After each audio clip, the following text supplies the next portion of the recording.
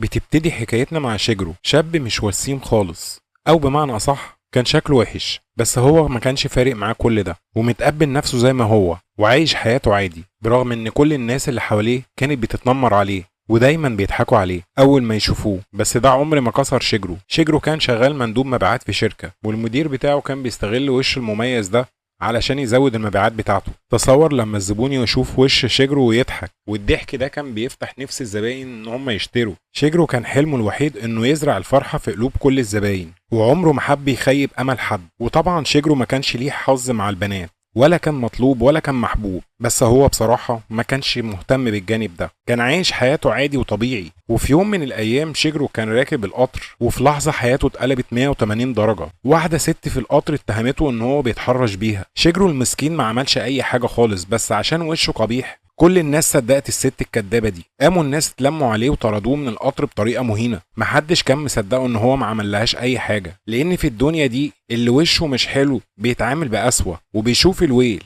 شيجرو اتسجن واتحاكم بتهمة التحرش، واضطر يدفع غرامة مالية كبيرة رغم انه كان بريء وما عملش اي حاجة، ودي كانت القضية بالنسبة له. وبكده خلاص حياته انتهت. اتطرد كمان من شغله بعد سنين طويلة. الست الكدابة دي اتمسكت والناس كلها عرفت الحقيقة، عرفوا ان شيجرو كان بريء، بس خلاص ايه الفايدة، فات الاوان ده وحياته كلها اتدمرت. وفي يوم وهو ماشي في الشارع كان تايه ومش طايق حاجة في حياته، شاف شوية أطفال بيتنمروا على طفل وشه قبيح زيه. ده أكد له نفس الفكرة، إن الوش القبيح ده لعنة عليه، بيخلي صاحبه يتعذب دايما في الدنيا من كتر ما الناس بتكدبه. شيجرو ما بقاش قادر يعيش حياة طبيعية، أي مقابلة شغل كان بيتصرف فيها بتوتر، وده خلى حياته تتدمر أكتر وأكتر. الناس بقت بتشوفه راجل قبيح بيعاني من مشاكل في التواصل وبيحتكروه. شيجرو قرر انه يعزل نفسه عن الدنيا لحد ما يموت. في مرة وهو قاعد قدام الكمبيوتر بتاعه بيقلب في النت زي كل يوم، لقى منشور عن ناس اختفوا فجأة الايام دي. دخل يشوف التعليقات، لقى واحد كاتب انه انتقل لعالم تاني، وانه عشان يرجع لدنياهم الاصلية هيخسر نص عمره. شيجرو في الاول ما كانش مصدق الكلام ده خالص، عالم تاني ايه بس هو من جواه كان بيتمنى لو الموضوع ده كان حقيقي، يا رب لو في عالم تاني